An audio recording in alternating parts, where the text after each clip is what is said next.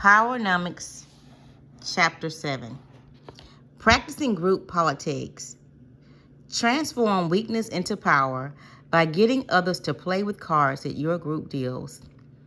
Having examined the historic nature of Black America's wealth and power dilemma and how Blacks can construct an alternative economic structure, we now turn our attention to the next logical step: how to use the political process to redistribute wealth and resources, power into our own hands.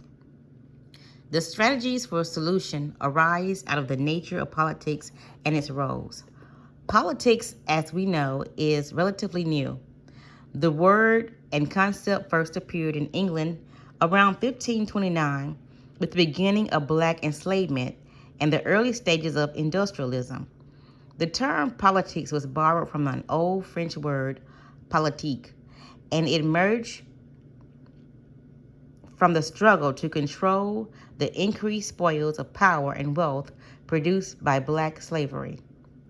Modern socialists, philosophers, and politicians define politics in whatever way suits their purpose or fancies.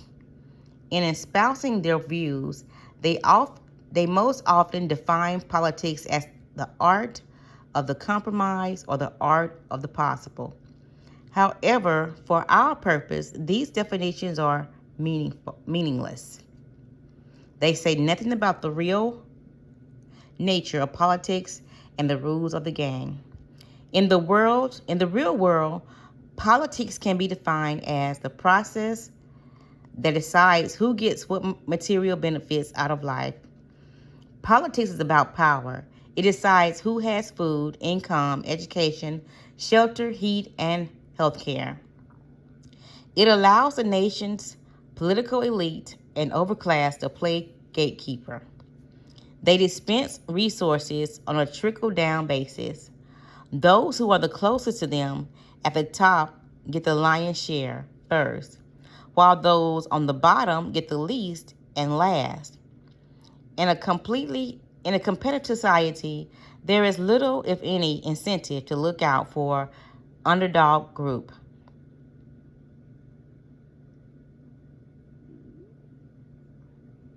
Blacks are the out group, and they can rest assured that the overclass will make all the political decisions in their own best interest rather than the interests of Black Americans.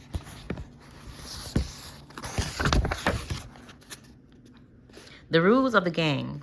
Black Americans have always been excluded from playing politics by the official rules of the game. Every time we sought to play by the rules changed or the game ended before we had a chance to play. Therefore, rather than continuing to be like a dog chasing his tail, we need to simply step back and look outside of the box. In the action step outlined in this chapter, we suggest ways in which we should alter our behavior or change the accepted rules of politics.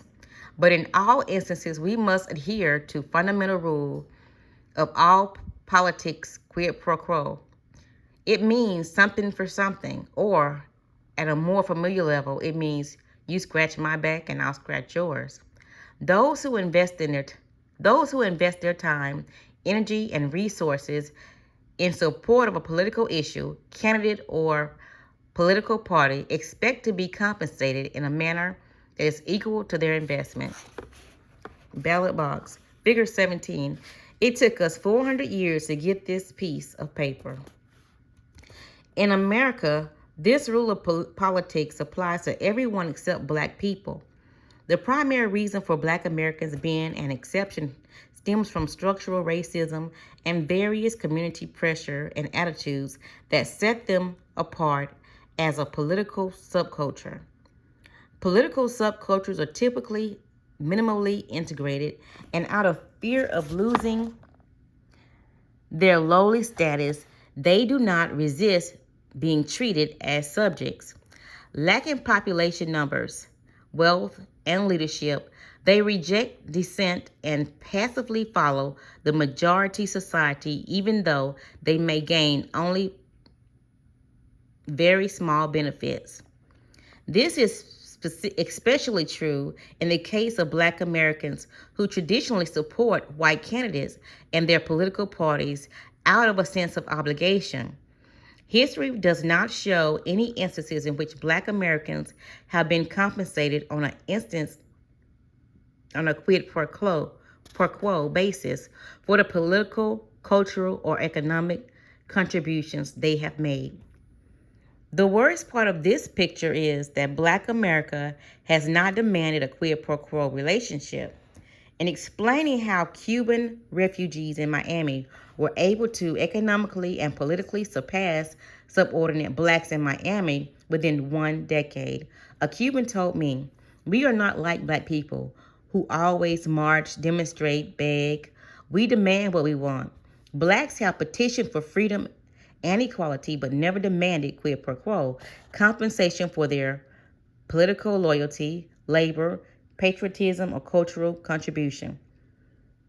PowerNomics urges Black voters to begin to move toward the politics of patronage for the entire race and not just for a few visible Blacks. The practice of political patronage rarely, if ever, represents a problem for non-Black groups because most politicians and political parties understand that they have to reward their supporters. Both white and Black candidates for public office, various political parties, and this nation all get a free ride with Black voters. Black voters are led to believe there are two purposes to vote. Number one is to elect white candidates who is the best able to lead or control resources. And two, to elect the Black candidate who is most deserving of a public job and personal recognition. The most we get is personal satisfaction for the candidate we supported won. We play politics just to play. Others play for the benefit of winning or being in the winner's circle. We often support campaign issues that do not benefit us. Blackness is excluded, but we hope that through some miraculous twig of conscience, once in office, the familiar candidate will offer us some spoils as supporters. We demand nothing, and this is basically exactly what we get. We have yet to learn to play politics by the basic rules. We should stand out of any political game that promises that we will get nothing even when our candidate wins. Once we start playing to win, we must always reject candidates who fail to pay their debt to us.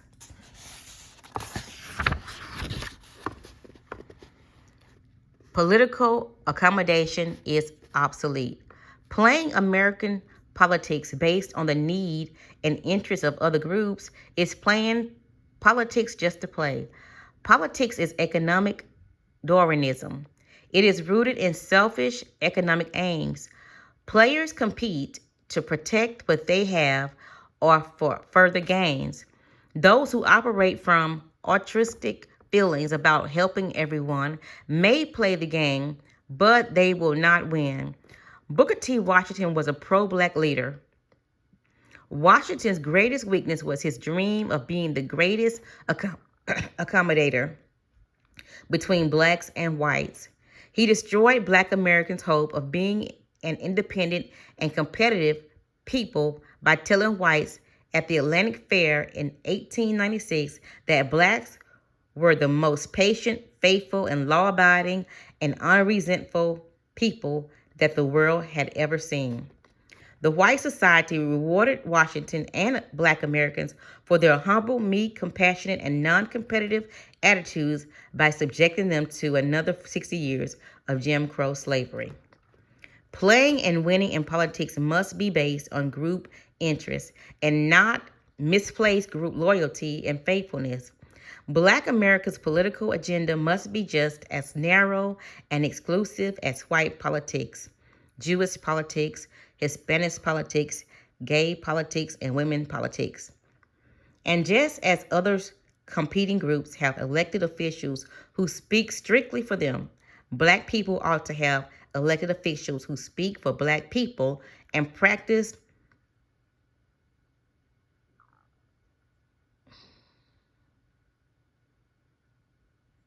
the politics of gaining resources for black people.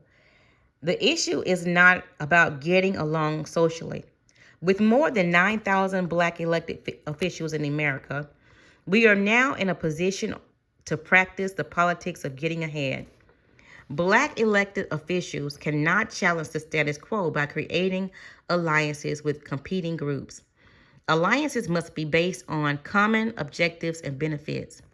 Black civil rights organizations cannot help Black Americans by subordinating Black interests and historical needs to ethnic and language groups who are higher in the order of acceptability.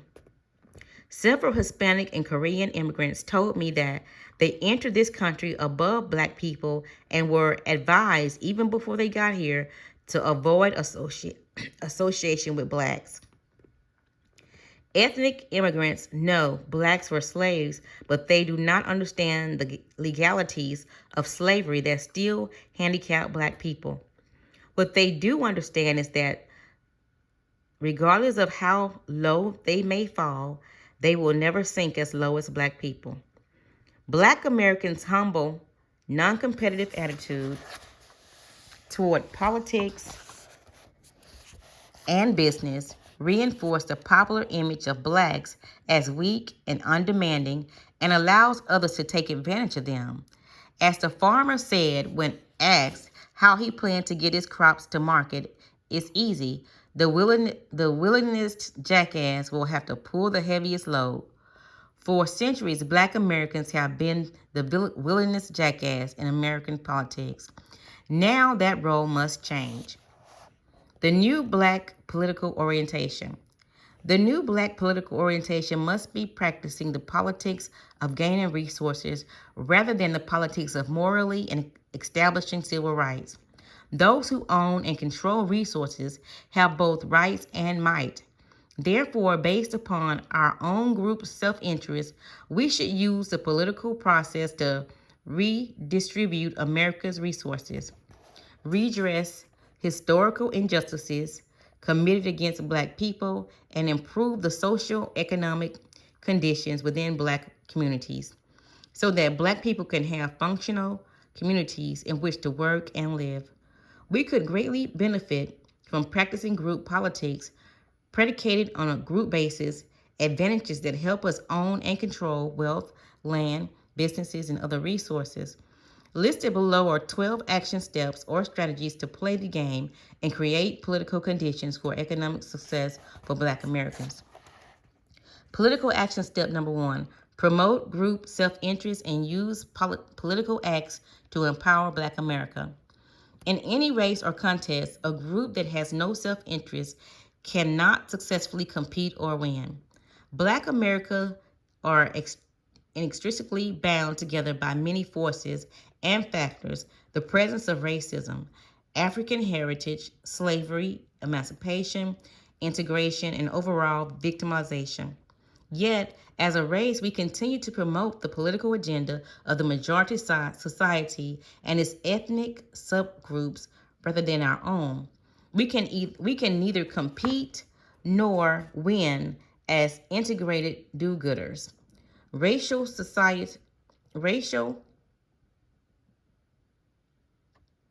solidarity is a prerequisite for political empowerment and group-based competitiveness. Black America should prioritize and commit to taking care of itself before seeking to take care of the world. Carter G. Woodson, in his 1936 book, The Miseducation of the Negro, urged Black people to support their own people first. He said,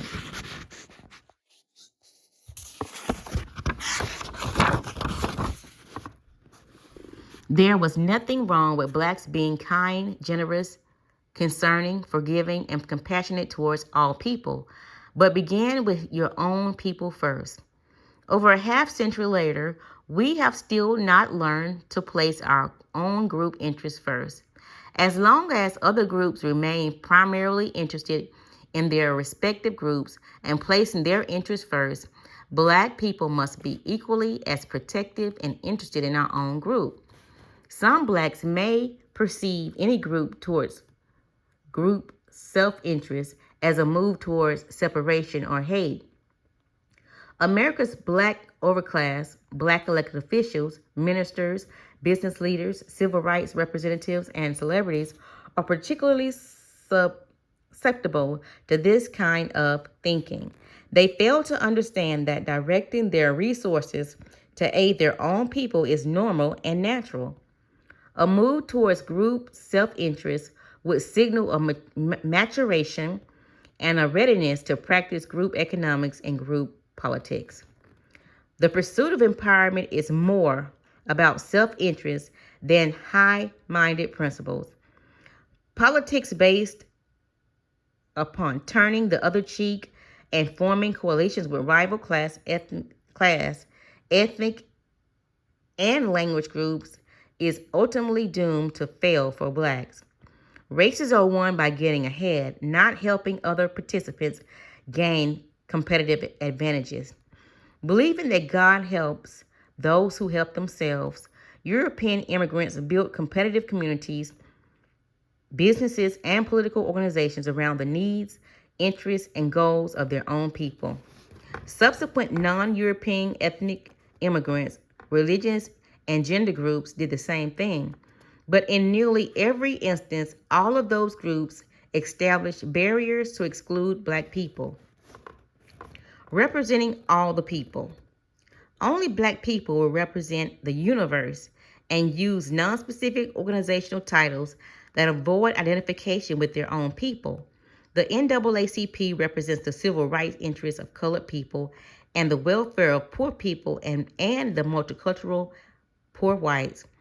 And the Rainbow Coalition represents women, people of rainbow, and poor whites. And the Nation of Islam is moving to represent all oppressed people, who then is representing the political interests of Black Americans. An exchange on a national public radio program in 1998 provides a good example of the irrelevance and vulnerability of Black groups that did not have Black issues as a focus and a priority. A very high official of one of the oldest Black civil rights organizations described it as one that has always had civil rights at its core, but recognized that in a changing America, Black civil rights cannot be organizational sole focus. He said, there are new non-white minorities, people of color, who are demanding a place in the sun. And even though their agenda is totally like Blacks, we must be prepared to embrace them. He spoke, too, about the long history of extensive white involvement in the organization and that it must fight for all people of color, such as Blacks, Asians, Hispanics, women, senior citizens, homosexuals, and even poor whites. An Hispanic caller named Mike, however, took issue with Black leaders. Mike asserted that Hispanics were not people of color and requested that the organization not include Hispanics when it spoke of representing people of color. Mike went on to say that he, his family, and all Hispanic friends were white and did not want or need the Black organization to represent them. He said Hispanics and Asians have their own organization, so don't Blacks just look out for their own people? The Black leader challenged the caller to look in the mirror on his and on his driver's license and tell him what he saw. When the Hispanic caller said, "White, I see white," the official of the Black organization responded, "So we don't represent you. White is not a color. What white? So we do represent you. White is a color too." Given the dire needs of Black Americans, the question is clearly, Is it appropriate behavior for a premier civil rights organization to force itself on people who do not want or need its help while Black Americans go begging? Our determined but misdirected compassion is one of our greatest epitomes of self-empowerment. We fail to concentrate our resources to empower Black Americans. How can Black Americans acquire collective wealth and power resources when our lead organizations dissipate our limited resources on civil rights for everybody? A study of material from a number of ethnic, language, and religious, and gender minority organizations revealed that none of these groups include Blacks in their program, politics, and activities. In his book, Winning Back America, Mark Green listed all the nation's top minority rights organizations, and the only group that even used the word minority in their program description were the Black civil rights organizations. Ignoring Black people's dilemma by equating them to all so-called aggregated groups is wrong, headed whether it is done by whites, Blacks, or others. Not only does it give the false impression that all people in this nation have had the same experiences as Black people, it also injures and minimalizes the impact of centuries of slavery, segregation, and ongoing racism. Worse, it releases white society from obligation to correct the condition imposed on Blacks. Organizations whose agendas have evolved into this kind of scattered focus does not put group interests first. However, just as their mission became amorphous over the years, they can regroup, reassess their organizational direction, and change once again. If they choose to be part of the effort to maximize Black self-sufficiency and Black economic competitiveness, they can refocus their mission to promote and support Black group self-interest and political empowerment. Know your competitors. To promote its own self-interest, a group should only select for allies those who will support the group and will not benefit from its demise. There is an orchestrated effort to avoid Black issues and to supplant them with Hispanics and other minorities. In 1972, the National Hispanic Party conceived a plan to subordinate Black Americans by the year 2000 by bringing in a layer of minority ethnic groups between whites and Blacks. The Hispanic empowerment strategy is to track and copy everything that Black Americans do politically and economically, then offer Hispanics as more socially acceptable alternatives to Blacks. Like Asians, Arabs, Europe's, gays, handicaps, and women organizations, Hispanic organizations do not promote a Black agenda, nor do they equate Black and Hispanic interests. Hispanics and other so-called minorities are competing against Blacks. Whether the Black overclass knows it or not, some Hispanic groups are even more competitive and freely state their intent to totally displace Blacks on America's agenda. In the spring of 1997, C-SPAN aired conference sessions of Council of La Raza.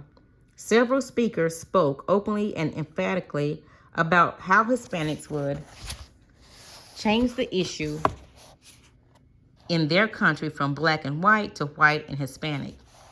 The number of Hispanics in the United States tripled between 1970 and 1990 and will surpass the Black population by the year 2002. White Hispanics prepare to celebrate becoming the nation's majority minority population. There is little public discussion on the social economic impact on Black Americans. In a society that maintains a racial hierarchy, discord can be expected as groups compete for resources, especially if one group is shackled by harmful legacies. Author Michael Lynn, in his book, The Next American Nation, spoke of how Hispanics inherited affirmative action, and other programs that were originally designed to help Black Americans because Black leadership failed to protect it. Lynn said, one by one, Hispanic mayor will replace Black mayor, Hispanic contractor will edge out Black contractors, Hispanic quotas in education and hiring will increase, Hispanics will demand their own congressional district at the price, if necessary, of the destruction of Black majority districts. Lynn expressed amazement that Black leaders would allow white women and ethnic minorities to replace Blacks. He wondered what Black civil rights leaders would have said in the 1960s had they known that within one generation, the primary beneficiaries of affirmative action and other civil rights initiatives would be well-to-do white women, Asians, and Hispanics. Most of these Hispanics are classified as whites and lived in Mexico, Cuba, Salvador, Honduras, and Guatemala for decades after the end of the Civil Rights Movement, yet they now displace Blacks. How do today's Black leaders justify their active role in helping women, Hispanics, Asians, and other immigrants capitalize on Black issues, then edge out and subordinate Blacks? Political access step number 2. Challenge immigration laws and public policies that have forced Black people to become this nation's only non-immigrant and permanent minority. Blacks must mobilize at the grassroots level and challenge this nation's immigration policies, which force them to be the only planned permanent involuntary minority in a social democracy that operates on the premises that the majority will win and rule, the minority will lose and be ruled. Wealth and power follow the numbers. The country was founded on principles of liberty, opportunity, and reward for achievement, so long as you were white or could reasonably be accepted as white. In the mid 1700s, Blacks made up approximately 34% of the total population. After the ratification of the United States Constitution, one of the first acts of the new Congress was to enact the 1790 Naturalization Law that restricts citizenship to free white persons. Immigrants' laws have controlled Black population numbers. Over the last 200 years, ethnic immigrants have bumped Blacks from employment, businesses, education, and political opportunities, and used them as a buffer against hate groups. Layer after layer of ethnic immigrants receive the advantage of the fruits of Black people's labor and consumer markets. Black Americans served as a safety net, assuring that every ethnic group that could never fall any lower than the highest Black person. But each immigrant group arrival brought additional harsh conditions for Blacks. Throughout most of the 19th and 20th centuries, Black leaders were aware of the negative impact immigrants had on Black Americans and petitioned the federal government to halt open immigration until the nation had rendered justice to Black America. In the mid-1960s, lasting effects on Blacks and from which they would never recover.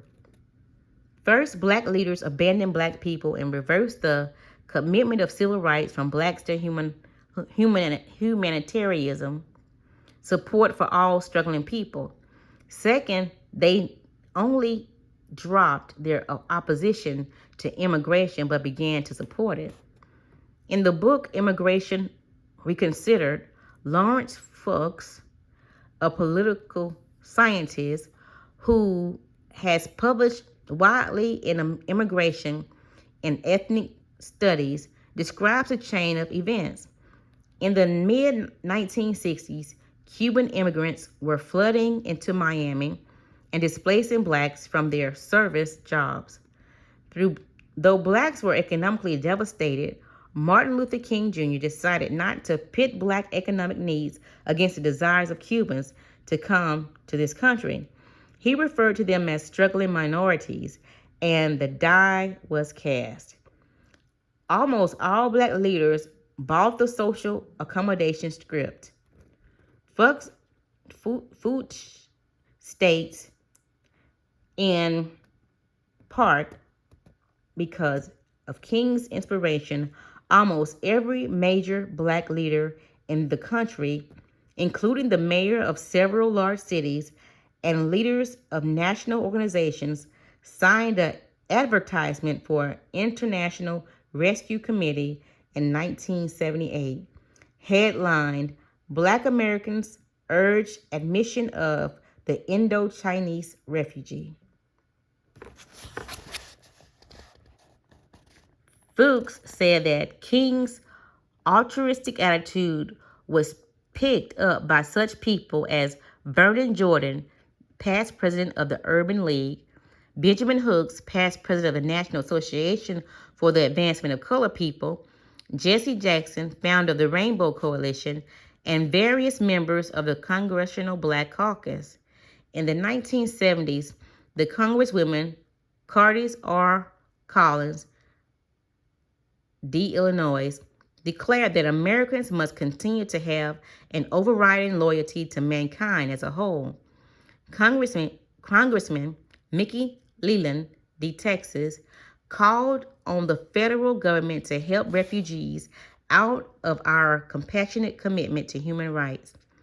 Just as white leaders had done for centuries, black leaders across the board put the need of other groups before the unmet needs of black people and forgot about the competitive nature of our society. Black people suffered a double loss when their leaders reversed their attitudes about immigration. Not only were the needs of black Americans subordinated, but so were the needs of black people of African descent outside of the United States. The leaders did not challenge immigration policies that prohibited immigration from black countries, committing instead to make them a little more comfortable wherever they were. They were satisfied pushing America to rid Haiti of a despot political regime rather than pushing America to extend the same immigration options to Haiti or Africans that they extended to European, Asian, and Latin American nations. Black people remain on the top of the pecking order as their leaders helped competing groups come in above them. Like the first immigration law, the 1924 law declared America to be a white nation and had zero immigration quota for people of African descent.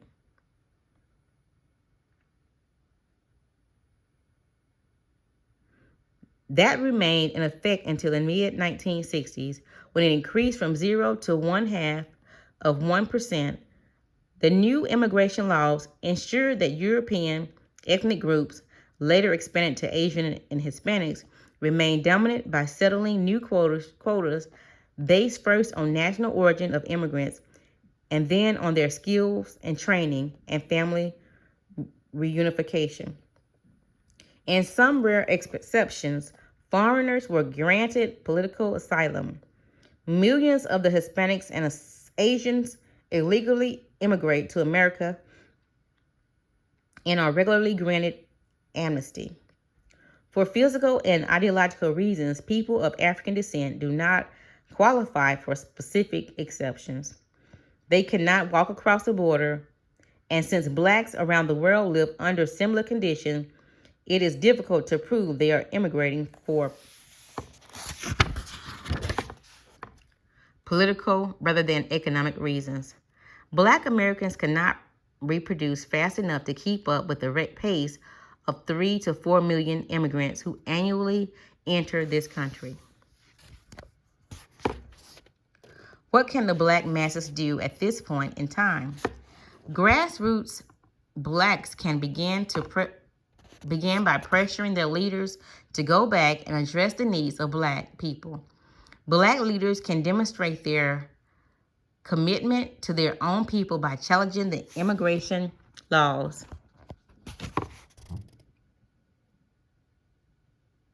calling for national dialogue, and mobilizing Black masses.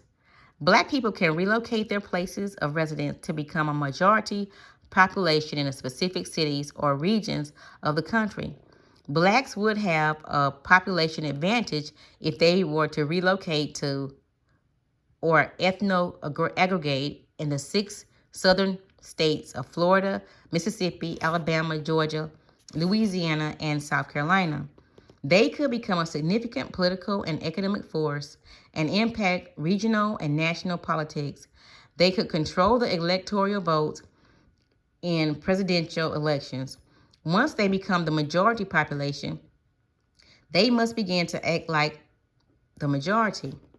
Many Blacks reacted to immigration by fleeing their former neighborhoods. Blacks living in suburban areas near large urban cities could increase their political and economic impact by relocating back into their communities and cities. Local governments can offer the Black middle class incentives such as tax abatement and homestead sites, as well as businesses, employment, and political opportunities to encourage them to relocate into Black urban neighborhoods. Municipal political bodies, especially those in majority Black cities, must publicly define what constitutes a minority. If Blacks were originally classified as a minority because they were legally and customarily excluded from this nation's political, economic, and educational and social resources, what is the justification for classifying ethnic, religious, class, gender, and language groups as minorities and equating them to Black Americans? When were these groups shut out of the system without alternatives? Less than 1% of them were in this country when Blacks were being enslaved and Jim Crow segregated. Why is the poverty of ethnic groups that came into this country in that condition equated to Black poverty, which stems from 260 years of slavery? These are the kinds of questions that Blacks ought to raise when both Blacks and white leaders. Political action step number 3. Use vertical integration in politics, like the old political ward system, to deliver services and direct benefit to Black communities. A form of vertical integration must be applied to politics in order to position Black Americans to gain access to higher social economic ground. Vertical integration will give Black Americans a vertical structure or channel that allows public office holders to deliver constituency services directly to Black voters. The old ward type system is needed. Early in history, the word ward meant someone who was to be protected. To protect voters, cities were divided into wards that public officials could easily identify and guard. The ward system was political division of a city as well as a political tool and patronage system. To a large degree, the ward system became unpopular and was terminated in northeastern urban cities.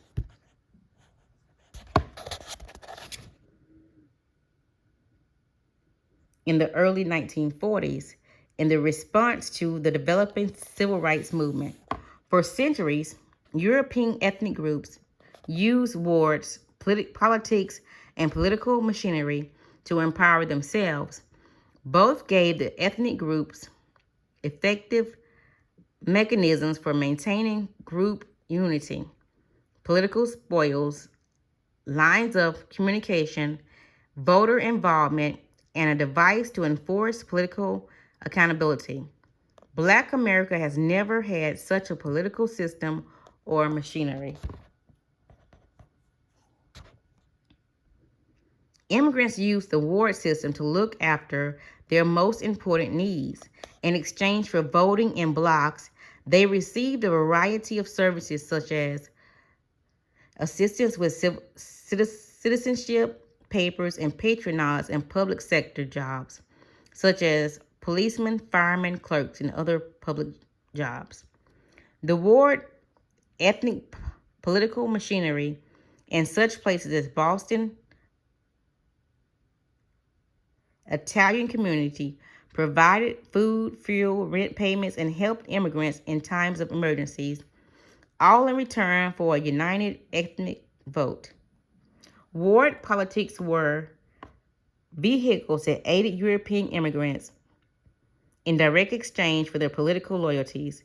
Immigrants were able to build institutions, savings and loans associations, social clubs, youth clubs, summer camps, sports association, as well as corner grocery stores and other businesses that provided jobs to the community. The old ward machinery service as aggressive affirmative action for European immigrants for more than a century. We can use it today as a model to politically empower blacks. Blacks should demand that black politics and black public servants have direct control over political resources for political patronage. Blacks can build a political ward system just as the ethnic immigrants built them to guard their families, communities, and race, and as mechanisms to hold their elected officials accountable. Like the old ethnic ward, black wards can be built around 1. Maintaining family and community ties, 2. Pooling and sharing resources, 3. Exercising competitive self-interest in the marketplace, and 4. Mutual obligations between black people. Ward systems can create vertical links between public officials, office holders, and black voters for the delivery of services. Political action steps number 4. Support a national network of blacks research institutions to collect data, advocate for, and craft group-based how to win political strategies. It is imperative that Black America have scholars and institutions to conduct ethnographic research for the purpose of political and economic empowerment. Black America has played competitive politics with one arm behind its back. Black America has not had the benefit of a national intellectual structure that researches and analyzes issues,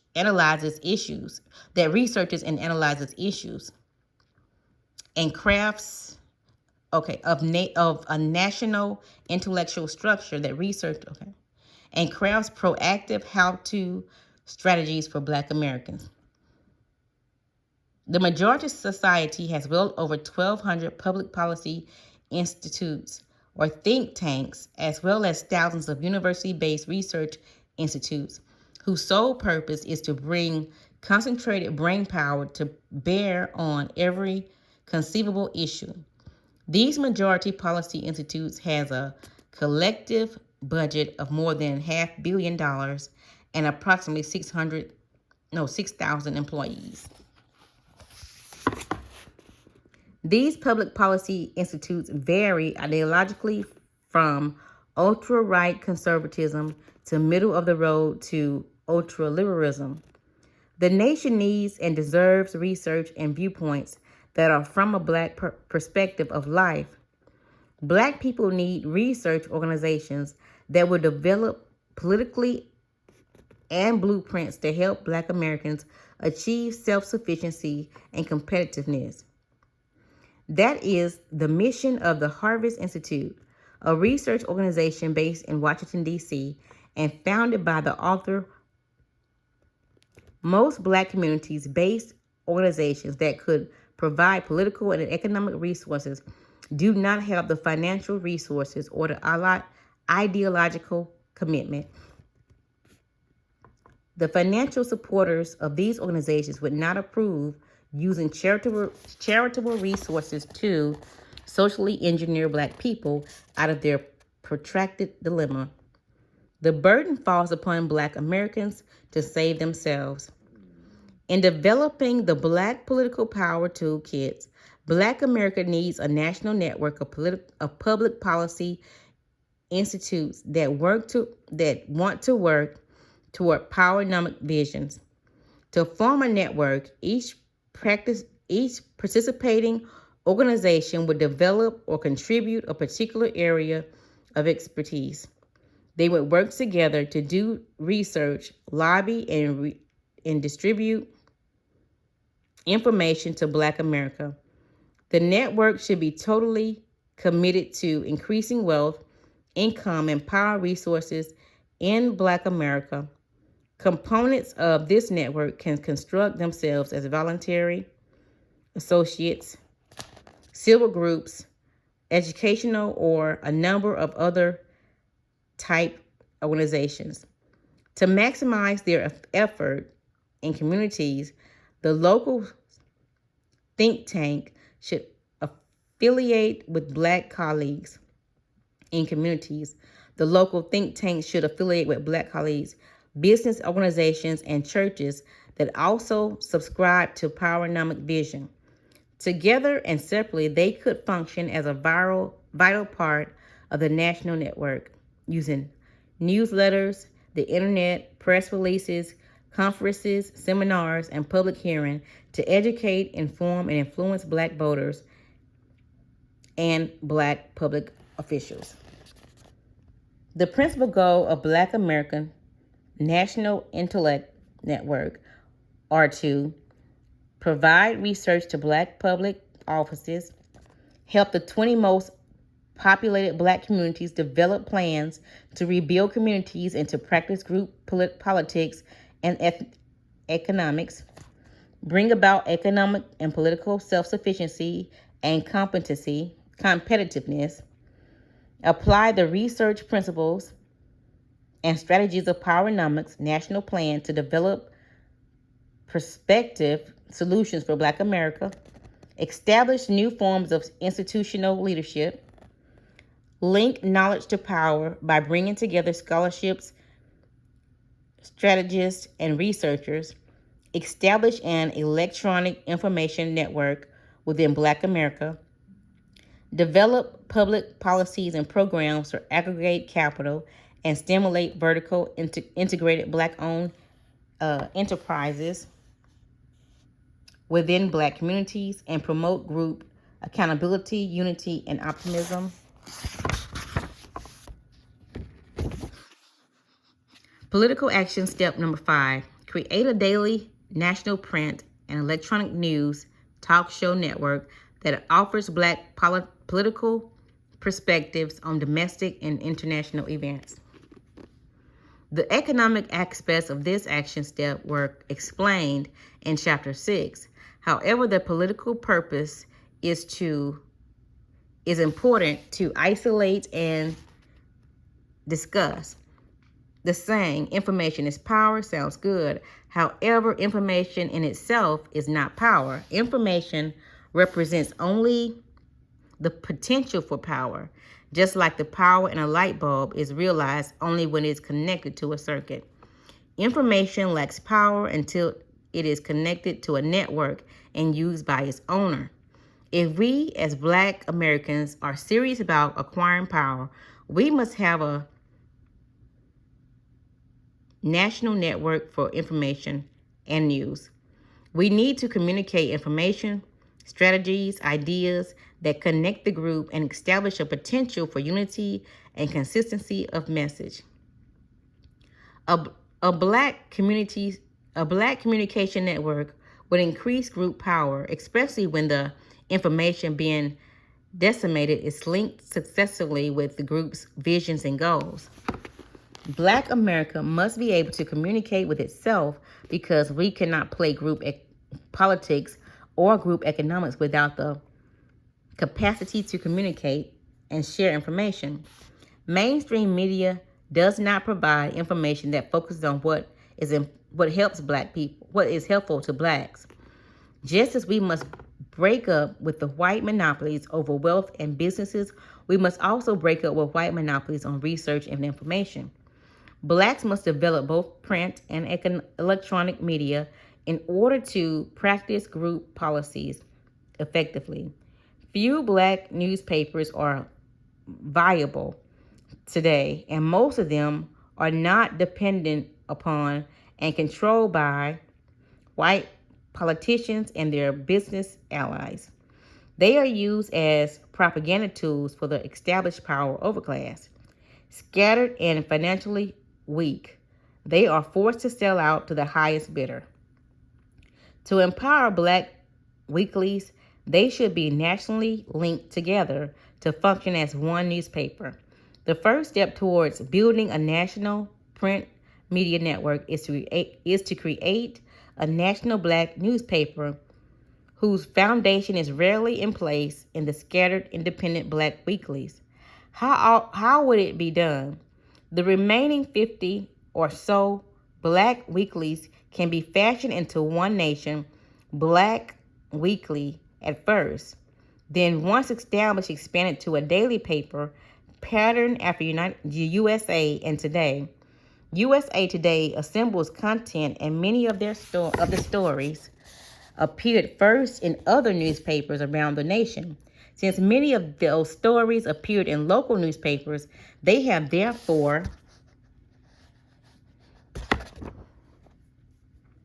already been approved for print. A consortium of black papers could achieve similar kinds of economics of scale. USA and Today target audience is a white conservative male. Our black weekly or daily paper should also target specific audience, blacks. A national black weekly or daily newspaper would have great value for black politicians.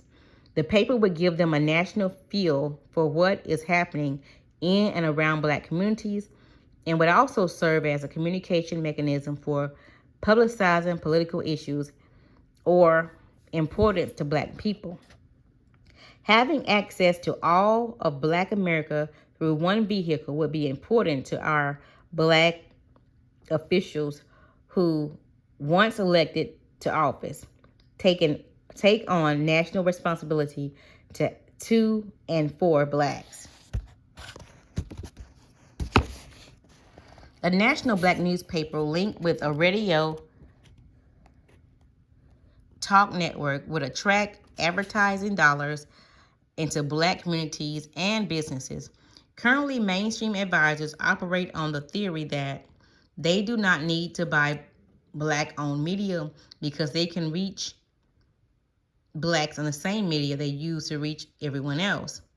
This is true only to the degree that blacks lack alternative information source. A national black newspaper would change the advertising paradigm and make it more difficult for those who market to blacks to reach them in ways that keep the dollars flowing through the mainstream economy. The aggregate strength of a national black weekly or daily would compel white advertisers to use the medium, thereby allowing the newspaper to demand higher advertising rates than individual local black weeklies. Their aggregate strength also should enable the national newspaper to report black news without fear of reprisal from advertisers. A powerful component of a national communication network would be a national black talk radio network that every black person could tune into around the clock and around the country. There are more than 300 full-time and part-time Spanish language radio stations and 2, soon to be 3, television networks. Hispanic media is part of an international effort to build a politically and economically powerful Hispanic nation inside of American society. Media ownership contributes to that plan by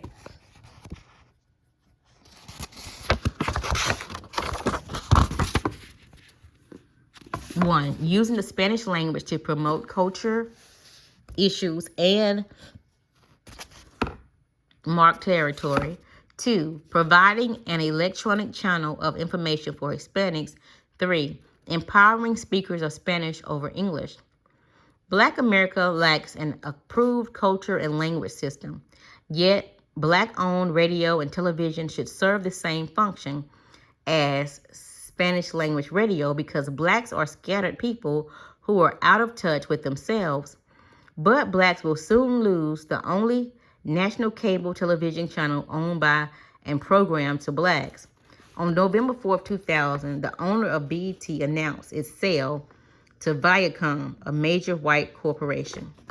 The internet is also now a powerful way to communicate among individuals and groups of people.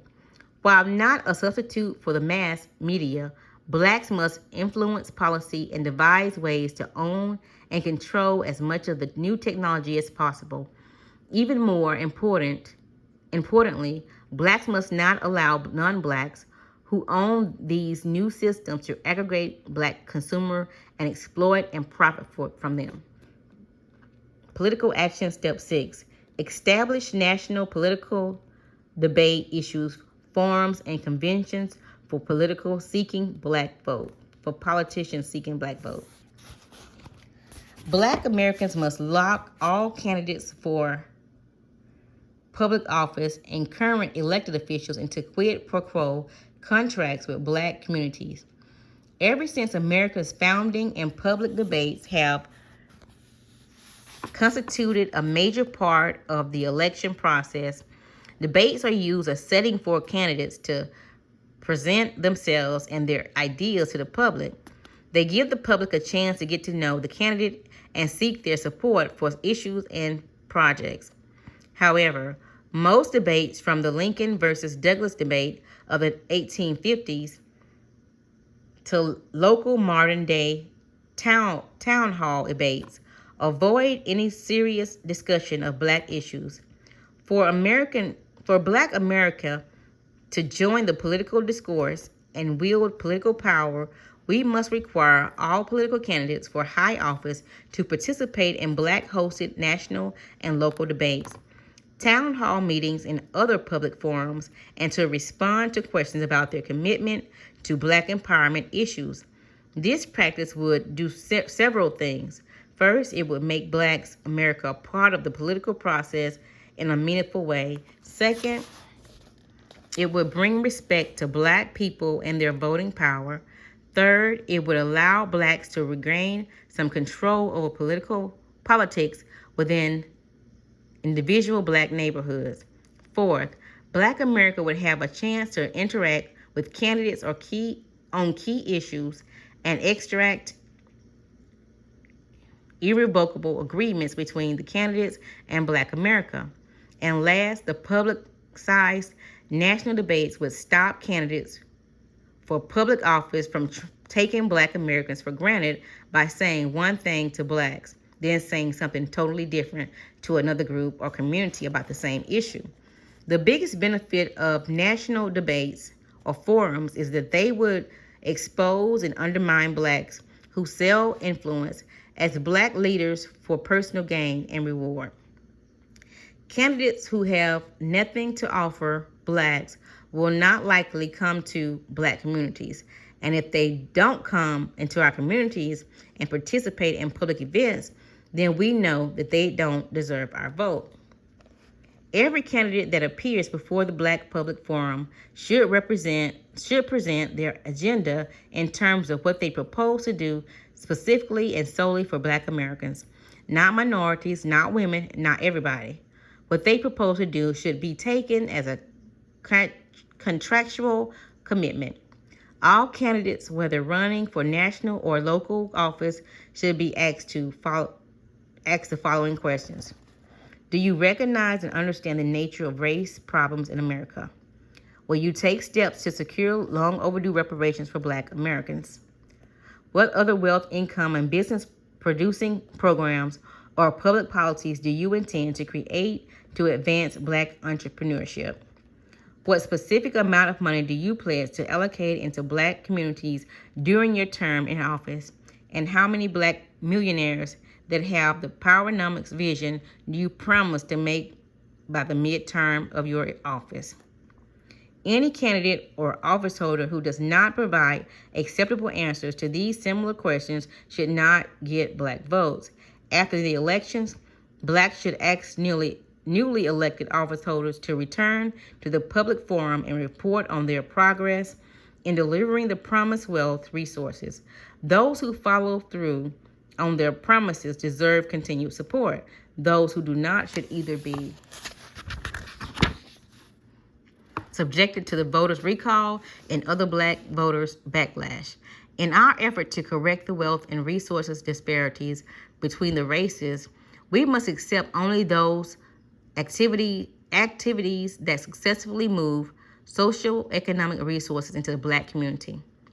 Black voters must never support any candidate who does not promise and deliver equitable financial resources into black communities. Political steps number 7. Black vote based upon quid pro quo agreements between politicians, their parties, and black people. The strongest weapon in black America political arsenal is the black vote. Although it is small, it has great political potency, because it's the nation's only, it said black vote, The strongest weapon in black America's political arsenal is the block vote. Although it is small, it has great political potency because it is the nation's only block vote. No other group, not women, Hispanics, senior citizens, or whites, vote as a block.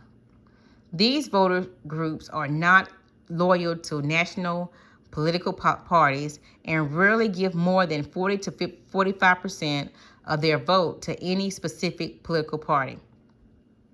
Black Americans are the exception. They have the sole distinction of typically aligning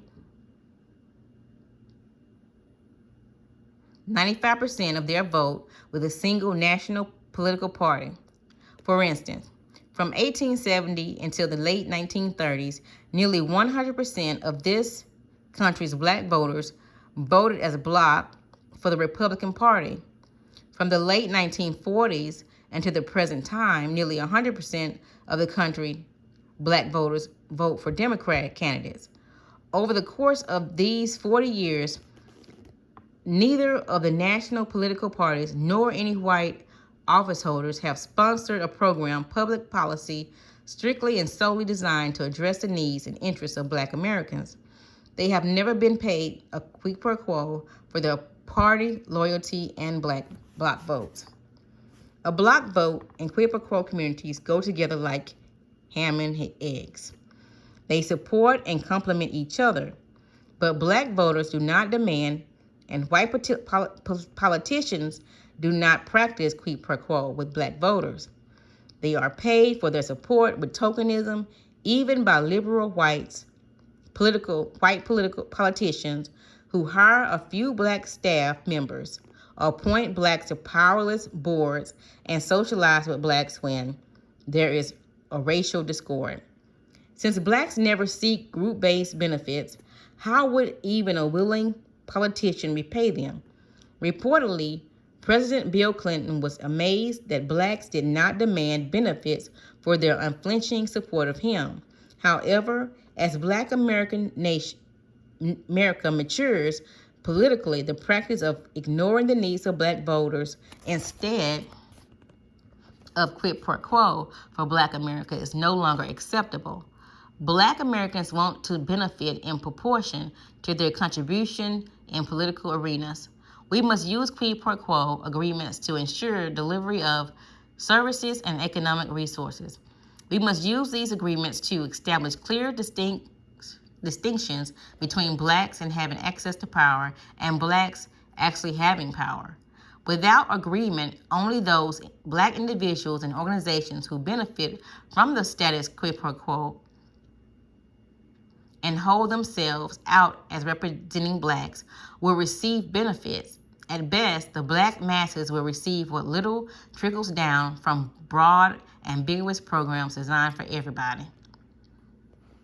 Who promises and delivers to Black America? Black votes. Trash can. The dilemma of the black voters. No quid pro quo.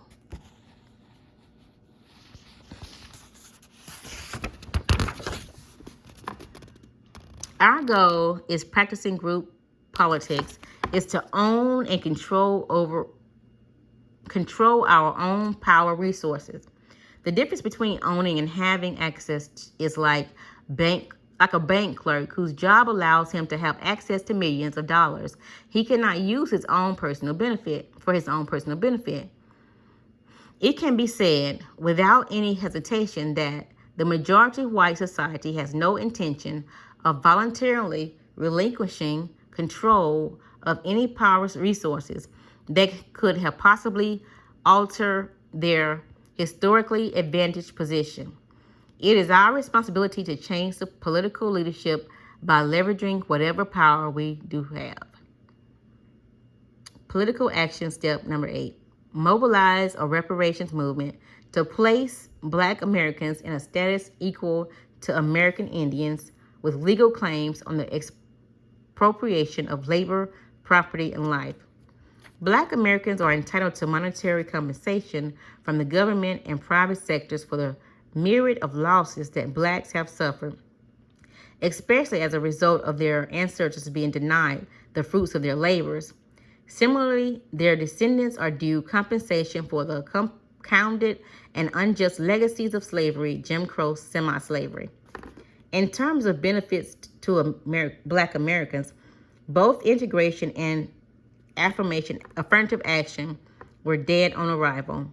However, the structural inequalities and racial monopolies that should have eliminated remain active and deleterious.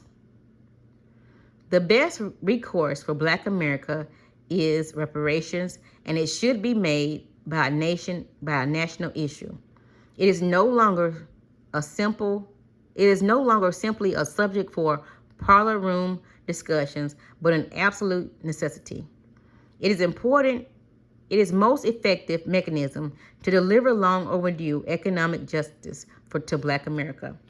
Throughout history, our political and legal systems have compensated injured parties, including white indentured servants, freedom due, Southern slaveholders, monetary reparations, and approximately 1 billion acres of land. Japan, billions of dollars in the Point 4 program. Germany, billions of dollars in the Marshall Plan. Japanese Americans, billions of dollars in the reparation of World War II internment. Jews, billions of dollars for the German Holocaust survivors. American Indians, billions of dollars in land, cash payments, and public assistance. And now even smokers, billions of dollars in damage awards. All of these groups received reparations and monetary compensations for their political injuries and unjust enrichment. Black people, victims of the worst Holocaust in history, have not received an apology nor compensation, in part because they failed to mobilize a reparations movement and demand compensation from all nations, governments, and wealthy families, churches, and corporations that profited from slavery. Although some may be skeptical, Black Americans will be granted reparations. This nation has no other choice but to deliver on its long overdue economic justice to Black Americans. It would be an international embarrassment for this country to espouse democratic principles of fairness and justice to continue holding Black Americans in the economic ditches created by the laws of the nations. Domestically, should this nation continue to avoid its obligations to Black Americans, it is running the risk of alienating its most loyal and patriotic citizens, Black people. As the reparation movement grows, Black Americans will search for precedent and models. Most Black reparation organizations look to Japanese American reparations bill and strategies employed by Jews in their legal action against Volkswagen and Mercedes-Benz. Both of these have merit, but are not the best models for Black Americans who, like American Indians, have a historical constitutional relationship with this country. Neither Jews nor Japanese have such a relationship. However, neither group was in the country within the Constitution established specific relationship with Blacks and American Indians. Even though there is still great poverty among Indians, they receive many opportunities and advantages because of their special constitutional status. Both federal and state governments, through the Bureau of Indian Affairs and state Indian commissions, have historically allocated Indians various forms of compensation, such as free land, medical services, housing assistance, economic development funds, tools and equipment, tuition fees, education and casino licenses, and tax exemptions. Although initially these benefits were targeted only to Indian confined to reservations, within the last half of a century they were extended to all who claimed to be Indians. Now Indians are getting double benefits. They get the benefits of being citizens living off of the reservation, as well as the benefits of being non-citizens living on the reservation. The benefit did not change when they were declared citizens at the turn of the 20th century.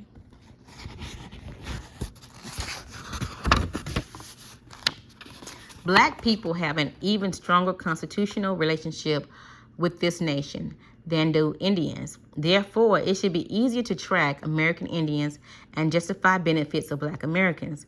Other models are significant. For instance, neither Japanese nor Jewish models have a constitutional basis. The Jewish Holocaust did not take place in America, and there were no Japanese in America during Black slavery. It should be easier for Blacks to demand reparations by tracking the same path that American Indians took to get their special programs, bureaus, preferences, tax exemptions, and other advantages. For centuries, American Indians and their descendants have received reparations while Black Americans have been ignored. The United States Constitution specifically designated Black people and Indians living on reservation as non-citizens and excluded both groups from certain rights and privileges. Blacks were mentioned 4 times and Indians twice. The Constitution did not apply to Indians not living on reservations. The path Indians took to reparations that Blacks could track is summarized below. Indians filed a national rights claim against the land on behalf of their ancestors. Blacks should file a national claim against governments, religions, and businesses for death, injury, and unjust enrichment on behalf of the victims of slavery and Jim Crow peonage. Indians sought and received public apologies from state and federal governments. Blacks should seek public apologies from all levels of government, religion, and business. Indians convinced whites to invest resources to preserve and reinvent Indian culture. Blacks should secure public and private funding for Black Holocaust and Cultural Museum. Indians had government economists calculate the value of expropriated Indian land. Blacks should demand that government calculate the value of the expropriated Black labor, death, and property. Indians drafted their own civilized tribes constitution and formed governance councils. Blacks should adopt a national Black empowerment plan and form a political party. Indians declared themselves to be foreign nation and develop separate communities. Blacks should declare themselves a nation within a nation and rebuild Black communities. Indians allowed themselves to be declared domestic dependent nations and ward of the government who needed to be protected under the doctrine of trust. The federal government became responsible for the care and well-being as a poor and powerless people. Blacks should seek to be protected under a similar doctrine of trust that protects and entitles them to double benefits and tax exemptions. Herein lies Black America's best model, since they, as slaves, were also declared subjects and dependent upon majority white society. Black America is just as dependent today as they ever were. Unlike blacks, American Indians on and off reservations have used their historical relationships with the United States Constitution to get special benefits.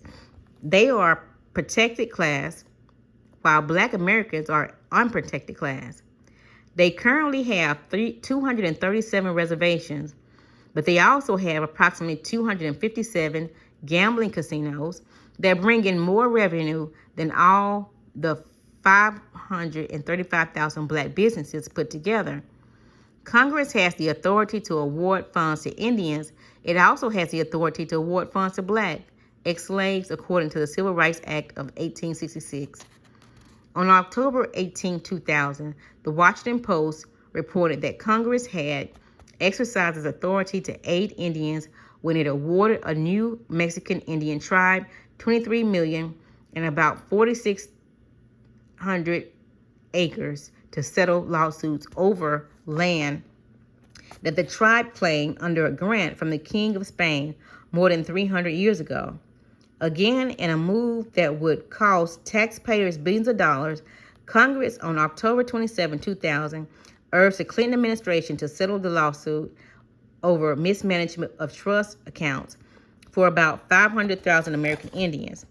Indians are getting benefits that go back centuries, and Blacks are listening to skeptics tell them they are not entitled to reparations because slavery ended more than a century ago and semi-slavery ended nearly a half century ago. Clearly, any Black reparation movement should track Indians as a model and seek similar nation status. Black Americans are on the verge of becoming a permanent underclass in American society. Hearing needs to be held to specifically document and financially qualify the injury to Black people from centuries of slavery and Jim Crow semi-slavery.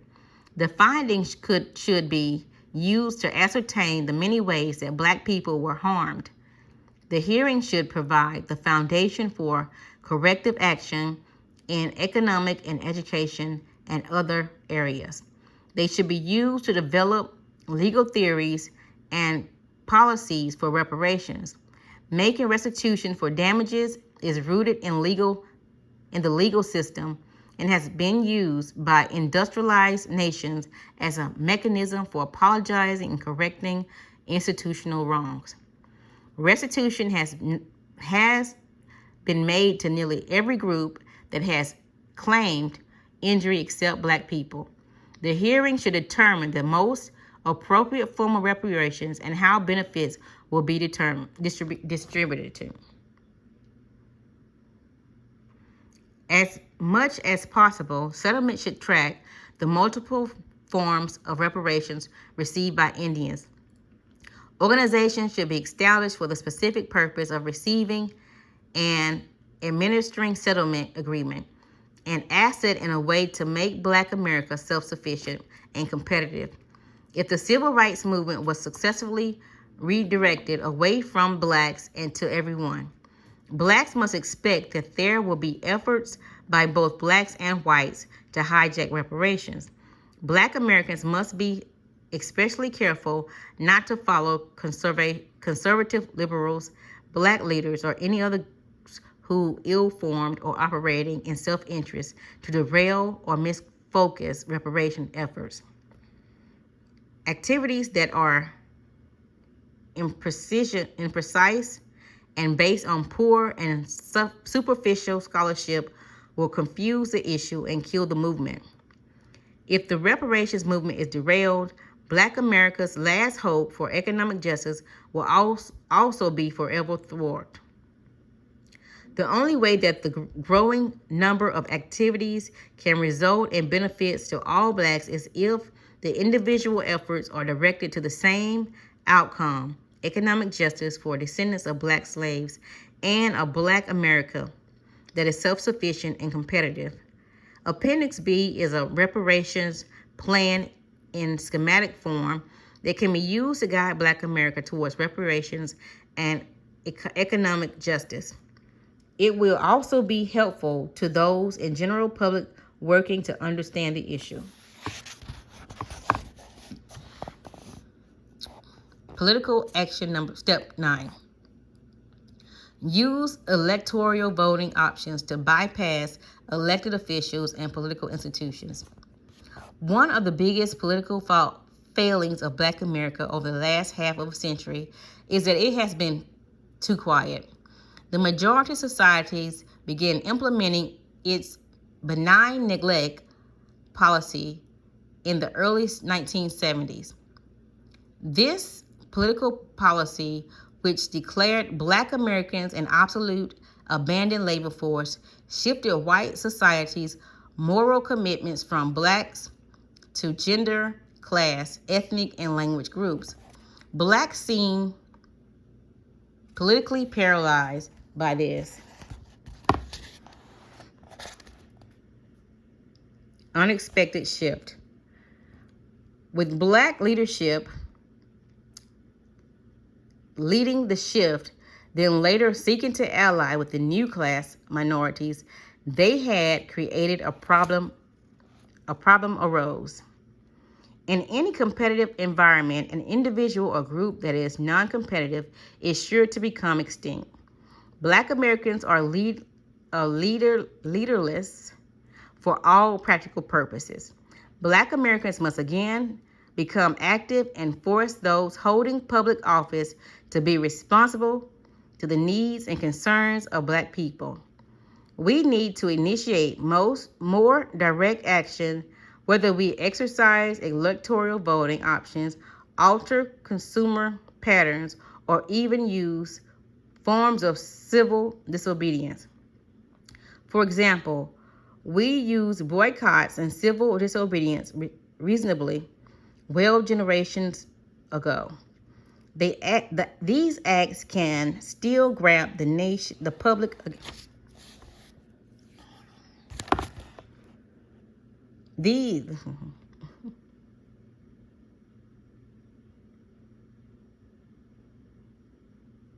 These acts can still grab the public's attention, but they become wasted efforts when there are no tangible goals and follow-up activities. These old tactics would probably be more effective if they were used in combination with some of our voting options in power. There are a number of special voting rights that are tools we can use to accomplish our political will, such as voter referenda, initiatives, recalls, public hearings, selective withdrawals of patronage, lawsuits, and ballots write-ins. We should employ these special electoral devices to counteract laws, public policies, or public office holders who conflict with our interests. The laws regarding special rights vary greatly, but all of them are tools we can use to gain some degree of control over our lawmakers and hold them accountable. Through an initiative, for instance, voters can introduce a law. Through a referendum, the voters can approve or reject a proposal law. Through a recall, the voters can take an elected official out of office before his term expires. Voters can seek injunctive relief through a lawsuit. A dissatisfied constituency can also affect the business revenue and the soft campaign funds political figures receive from corporate donors. These special rights allows any disenchanted citizens to take direct action against government representatives. Any concerned Black individual or group can file a lawsuit. The same is true for recalls, referenda, and initiatives. Though they must use this. Same is true for recalls, referenda, and initiatives. They must use approved language on petition, meet time requirements, and collect a specific number of certifiable signatures of registered voters. Once collected, the petitions are usually presented to a city council or a similar body for acceptance. When an initiative has been accepted, neither the mayor nor the governor can veto the initiatives. Recalls can be good beginning point to confront elected officials who are unwilling to address or respond to the needs of interests of a Black minority. You do not need to be the majority to get public officials' attention. Only a small number of signatures of registered voters are required to recall an elected official. The recall effort itself and the possibility of creating a runoff election are sometimes enough to convince elected officials to respect and address the concerns of Black voters. If it is not possible to hold the official accountable within a recall, we can shift our focus on accountability to individuals and businesses that support that candidate. If, for instance, a black minister or local official persuades the Black community to support a candidate, and they should be held responsible for their making sure the candidate honors commitments made to the Black community. It is also effective to turn the same action to the elected officials, financial supporters. Applying the rule, don't treat any person or group better than they treat you. Black voters can orchestrate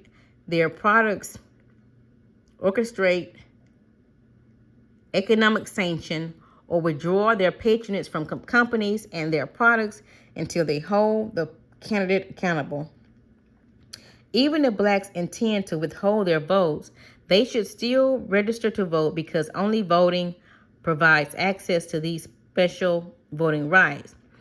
Armed with these tools, we can begin to hold lawmakers and their supporters accountable or bypass them to get our issues and concerns into the political marketplace. In a real sense, however, our country's majority rule voting system is a charade when public policies make Black people a permanent minority. The concept of majority rules is expedient but misleading and imperfect expression of equality of opportunity. If laws and social customs placed 6 whites and 1 Black in a room and gave them the right to vote on an issue, if the 6 whites agreed to vote as a skin color group only for white candidates and white issues, it is a cruel joke in a democracy society to tell the 1 Black person that he has an equal opportunity to vote and run for office. The 6 white voters can claim they are fair because the Black has equal voting rights. In reality, if he votes in his own self-interest, his vote is null and void because he is the minority one. The only time he can win is when his interests align with the interests of whites. The equal opportunity to vote is an exercise in futility when the deck is stacked so that the Blacks can never win or prevail. When Blacks are made a permanent minority, the voting system ought to be weighed so that 1 Black vote carries proportional weight, maybe 3-1, over groups that have competing interests and lack the historical past of Blacks. It is an insult and compromises Blacks to vote in a system where they are constantly voting on white issues, concerns, and candidates. The ultimate voting option Black people have is to call for a boycott of a national election to dramatize the dilemma of black voters and the futility they feel when they vote. Worse, with each passing day and each newly arriving legal and illegal immigrant, the black voting power becomes more and more significant. When blacks are bumped from majority minority to minority in a couple of years by Hispanics and later by Asians, black American votes will become strictly an exercise in futility. Blacks' best hope is to act together today to dramatize their plight in hopes of changing the immigration laws and weighing their votes. Otherwise, black Americans can soon forget about voting. A dramatized boycott of a national election could call attention to the fact that blacks may be legally able to vote, but the political candidates and parties are not willing to address the issues and injustices committed against black people. And worse, their votes are used as swing votes to help one political party or the other win an office, but they never in exchange for benefits for the race. Once the election is over, they are again forgotten, then trotted out for the next close election. An electoral boycott would communicate to blacks and whites throughout the United States that blacks will not play a game in which they can neither win nor benefit. It would communicate international circles that America is the cradle democracy for everybody but black people. Political action step 10. Compete with two major political parties by forming a national black independent party as an alternative voting channel. In national politics, there is a long-held common belief that regardless of how this nation's political parties treat black Americans, they accept it because they have no alternative. Black voters are unwanted political pawns. For over a century, one political party rejects blacks while the other political party tolerates their membership. Blacks were specters whose sole contributions was limited to a swing vote in a close race between white candidates. But contrary to common belief, black voters do have somewhere to go. They can join the half of the nation, eligible voters, who simply refuse to vote. Or black voters can turn the table on the two nations parties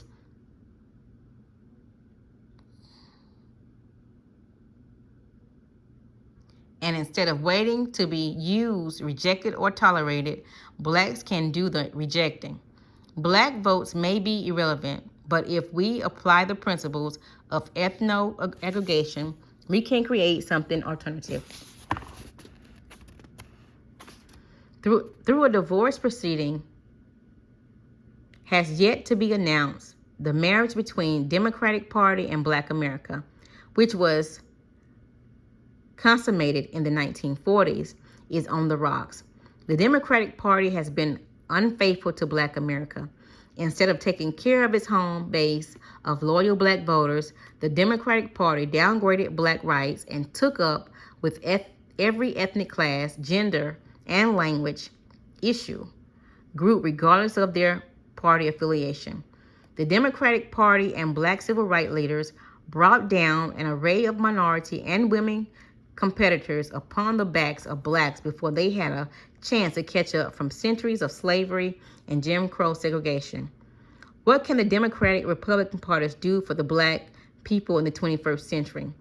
Contrary to the advice of traditional civil rights liberals who encourage black voters to stay in a failed marriage, and conservatives who advocate that blacks divide themselves between the two national parties, thus diluting their voting power. Black voters should reject both parties. Instead, black voters must ethno-aggregate and become totally independent, forcing both parties to court them.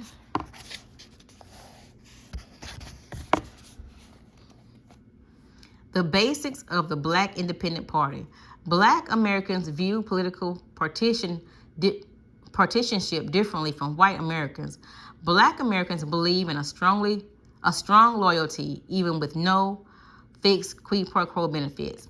White Americans believe in strong quid pro quo benefits with no fixed party loyalties. Whites will shift their party loyalties with the speed of the light to get benefits. Blacks have shifted loyalties several times. From 1619 until 1865, Black people were enslaved and did not belong to any national political party from 1868 until 1939. Most Black Americans belonged to the Republican Party, and they were subjected to Jim Crow segregation. From around 1946 until present, most Blacks belong to the Democratic Party, and they have been neglected. Y'all come back, you hear? Democrats, Republicans. Independent Black Party. Building a Black Independent Party. Figure 19. Quite clearly, what counts is not the political party to which we belong, but the fact that we have never had enough political power to do anything within these parties. Clearly, there has been no visible and direct connection between Blacks and supporting a national political party and receiving benefits from the party. In the mid-1980s, so-called progressive Democrats decided to shift the party away from Black people and the image that whites had to Democratic Party as a party of Blacks. In a move that should have been seen as affront Blacks, powerful white Democrats created the Democratic Leadership Council for the specific purpose of moving the Democratic Party away from Black people and to the center of political road. The Democratic Party is in conflicted situation. It is seeking middle-class white votes while still depending on Black votes, even though the party is moving in a more conservative white direction. Both major political parties have demonstrated unwillingness to implement a Black agenda that provides material benefits to Black people. So the choice Blacks should exercise is to pull out of both parties and start an independent national party that practices the group-based politics of gaining resources. Using PowerNomics principles and strategies as the foundation for an independent political framework. Blacks will have a guide to structure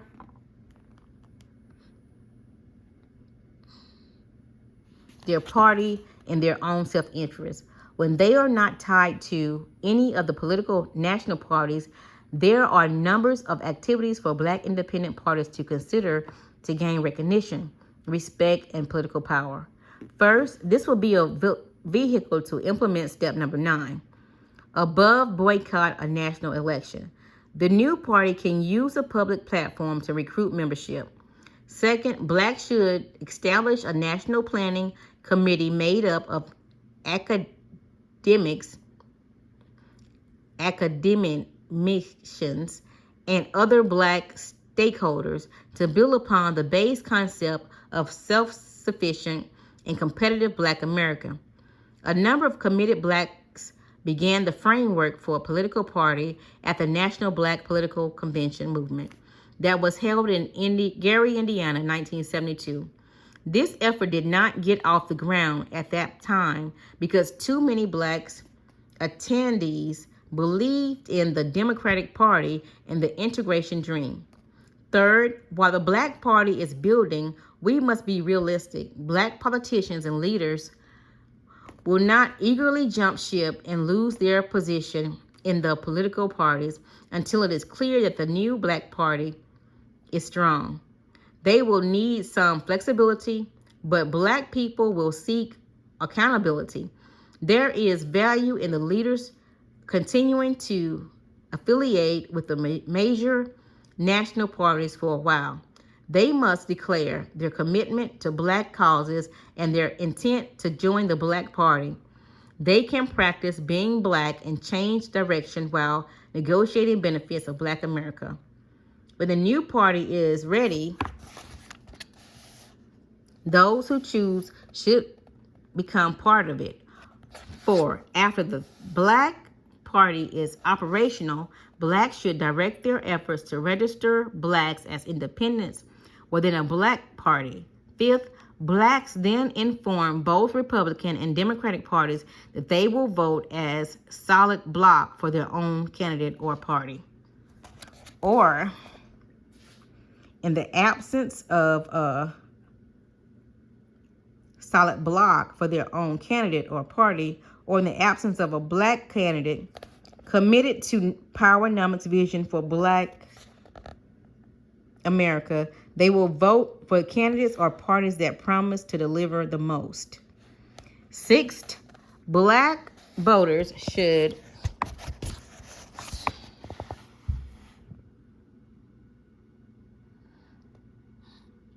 identify or announce the candidate they will support for purpose until a few days before the election.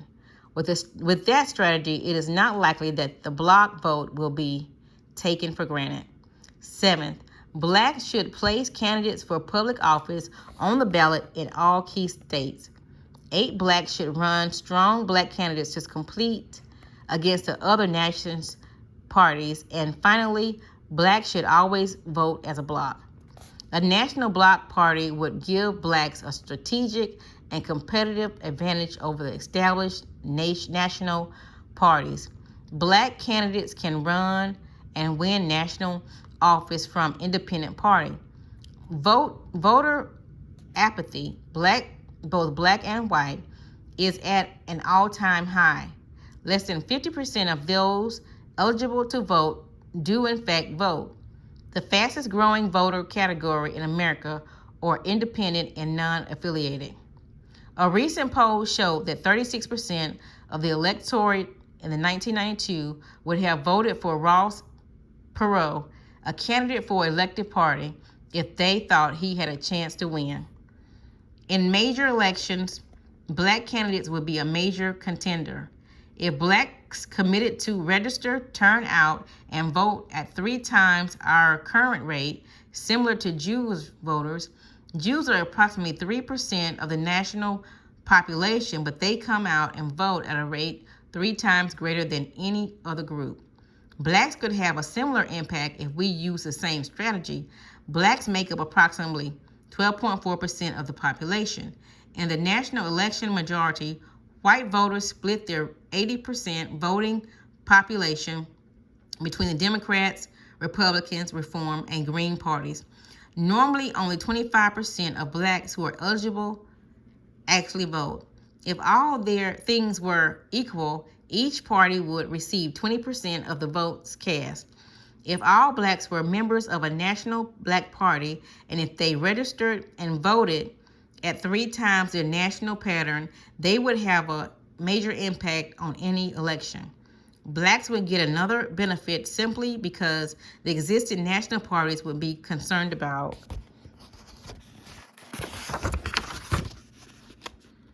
the potential impact of a black independent party on an election. They would either court black voters with more serious intentions of practicing quid pro quo, or they would eliminate some of their existing national parties. Either way, a national black bloc vote in a black independent party could serve the highest to highlight our views and give us the benefit of ethno aggregation in politics. Once the Black Party is established, it should host its own political conventions, especially for the election of the President of the United States.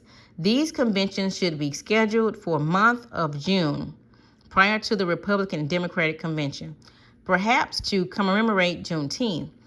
Juneteenth celebrates relate to the day blacks in Texas got the news about Emancipation Proclamation. Blacks in Texas got the increasingly, blacks are celebrating the historic event as a national holiday. A convention for an independent party would have the competitive advantage of coming before the other parties, laying a foundation for national issues and setting a political tone. Most black elected officials and civil rights leaders will be reluctant to identify with and attend any Black Party activities because both groups are locked into Democratic Party. With or without them, Black Americans have little choice but to press on in their best interest. Political action step 11. Initiative, a national leadership renaissance for empowerment and orientated Black leadership. Black Americans in throes of full-bloom leadership crisis just when 36 million Black Americans need leadership the most. Black America is poised to slide into political economic oblivion as a minority in an increasingly pluralistic and competitive society. This is a position of weakness that Black America has to overcome in order to survive and prosper in the 21st century. Black society must raise up a new and different kind of institutional leadership. This renaissance of leadership must be capable of recognizing the uniqueness of Black American dilemma, exhibit a strong group identification, and maximize the limited resources of Black people, and totally commit to practicing politics of gaining resources. Serving the self-interest of Blacks would be a challenge to many leaders and visible Blacks. Since well before the end of slavery, Black leaders played the role of racial diplomats, interpreting Black America's needs and framing the issue for whites in terms of what is good for everybody. As diplomats, they found it difficult to advocate solely for Blacks. The vacuum in Black leadership is growing in reverse proportion to the deepening socioeconomic status of Black America. Though Black America is well on the road to being locked into a permanent underclass by the year 2013, leading Blacks are becoming increasingly irrelevant because they absolutely refuse to practice political resources and race. Black leadership and their prospective organizations are trapped. They have painted themselves into a corner of civil rights and integration. They have been the hewer of wood and drawer of water for every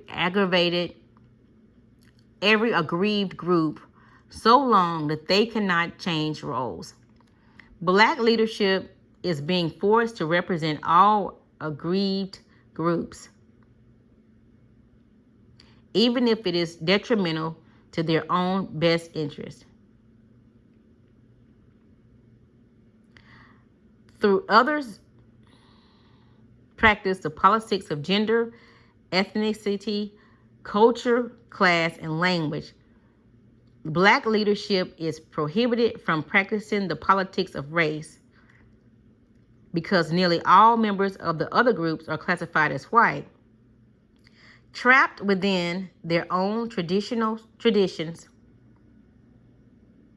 Black leadership has little choice but to continue minority coalition building and politics of rights. If practicing the politics of rights reaped great wealth and power benefits, then powerful groups would devote most of their time, energy, and resources into this aspect of politics. But little attention they do give is solely to contest weak and powerless groups. There is no question that all Black Americans are indebted to the Black leaders who have fought so hard on behalf of Black America. Although this nation's history, most of them struggled and did the best they could with what they had available to them. But times have changed. Black American competitors are no longer just white males. They are ethnic, religious, gender, handicap, language, class, and group concerns about sexual orientation. Black Americans' competitiveness is weakened by the fact that these groups are allowed to emulate and wrap themselves in Black people's historic experiences so they can be perceived as being equally as aggrieved as Blacks. This means blacks must compete for resources where they ought not to even have any competitors. Our new leadership will need a group-based vision. It will have to see, without straining, that integration is a tragic failure and is leading Black America into a crisis. It must understand that blacks are just as impoverished and powerless as ever.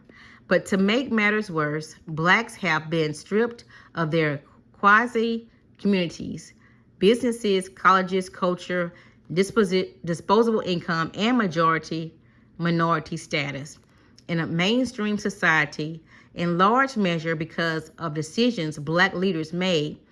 The black race is more vulnerable than ever. Black Americans need the type of committed leadership that they had between 1920 and 1940. During this period, blacks had great leaderships like W.E.B. Du Bois and Carter G. Woodson, Elijah Muhammad, and Marcus Garvey, who were proud of being black and advocated a sense of public blackness for all people of African descent. They did not hide their black self-interest behind a facade of labels like colorblind, racial neutral, multicultural, diversity, or minority. They were not like so many blacks who seek to represent everybody but their own people. Most visible blacks or blacks aspiring to public office still adhere to the old social etiquette that required blacks to publicly disavow any group self-interest. The newspapers and magazines are filled with stories about blacks who espouse a colorblind ideology but are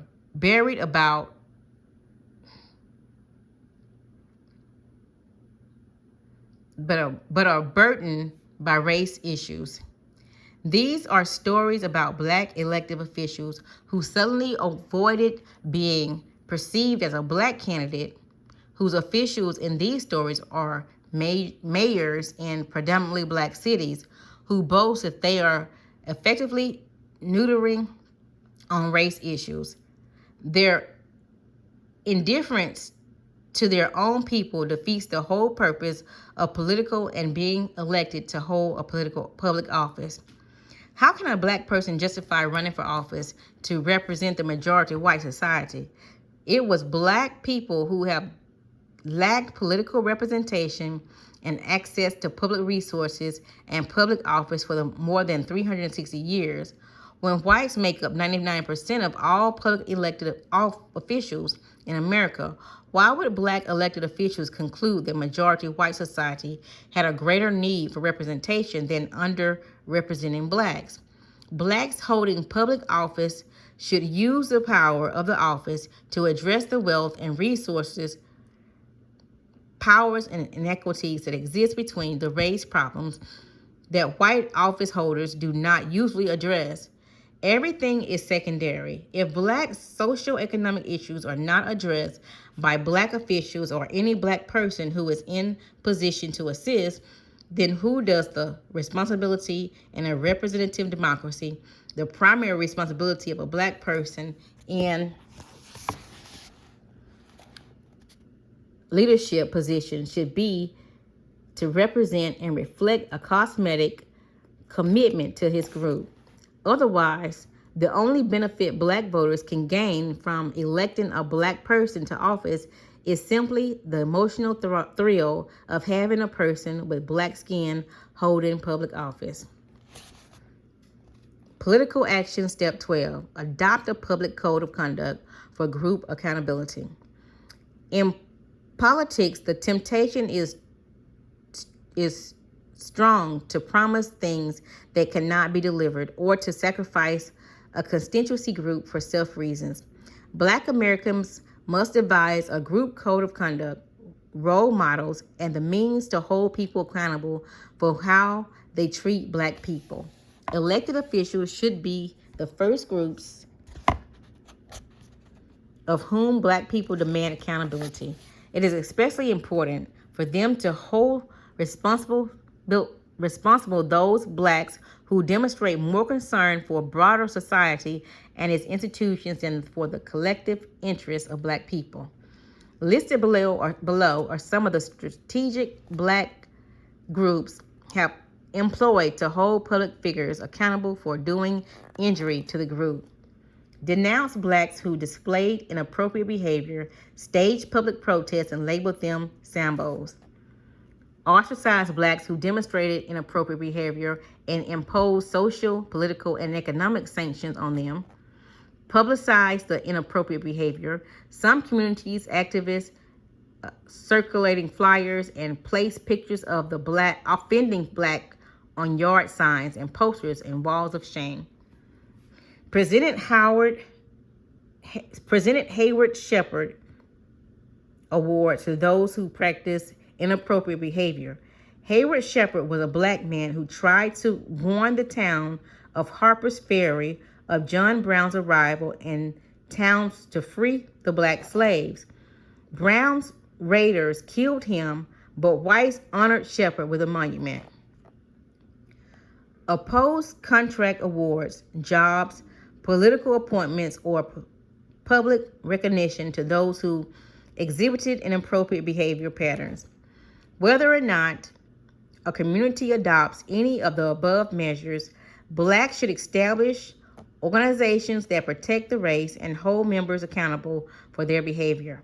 Holding people accountable to the black community will be tough. It is not for the faint at heart. Blacks must develop a pattern of exacting consequences on those who betray or attempt to profit by imposing pain, suffering on other black people. This is the only guaranteed way to stop inappropriate political behavior. Conclusion. Politics is competition for essential resources. Those who play politics to get along will usually end up being gotten. The PowerNomics political